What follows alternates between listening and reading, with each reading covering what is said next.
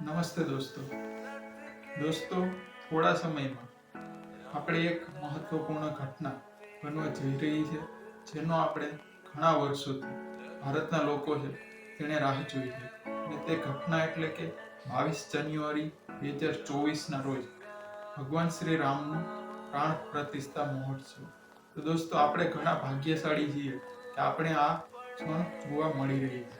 તો દોસ્તો, આ જે મંદિર અયોધ્યામાં બની રહ્યું તે કઈ શૈલીમાં બને છે, તેની કઈ સ્થાપત્ય શૈલી છે, તેના આધારે પણ કરંટ અફેર બેઝ એક્ઝામમાં ક્વેશ્ચન પૂછાઈ શકે.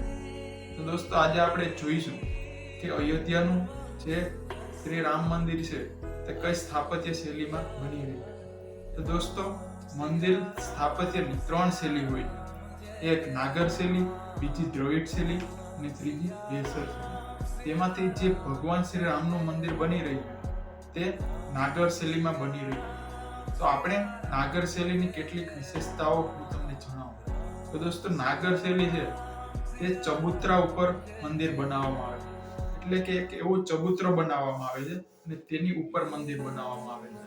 પછી નાગર શૈલીના મંદિરમાં મંડપો હોય છે.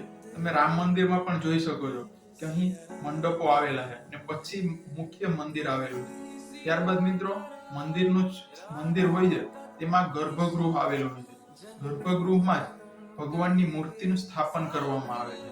આ બધું નાગર શૈલીના પ્રકાર, નાગર શૈલીની વિશેષતાઓ છે. ત્યારબાદ મિત્રો, નાગર શૈલીના જે મંદિરો હોય છે તેમાં પ્રદક્ષિણા પથ પણ બનાવવામાં આવેલો હોય છે.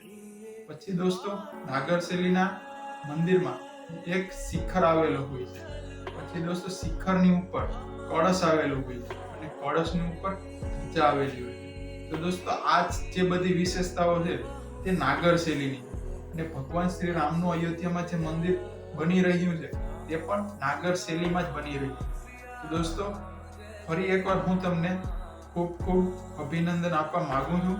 અને તમે બધા ભાગ્યશાળી છો, હું પણ ભાગ્યશાળી છું કે આ ક્ષણ જે શ્રી રામ ભગવાનનું પ્રાણ પ્રતિષ્ઠા મહોત્સવ થવા જઈ રહ્યો તે ક્ષણ આપણે જોઈ શકશું.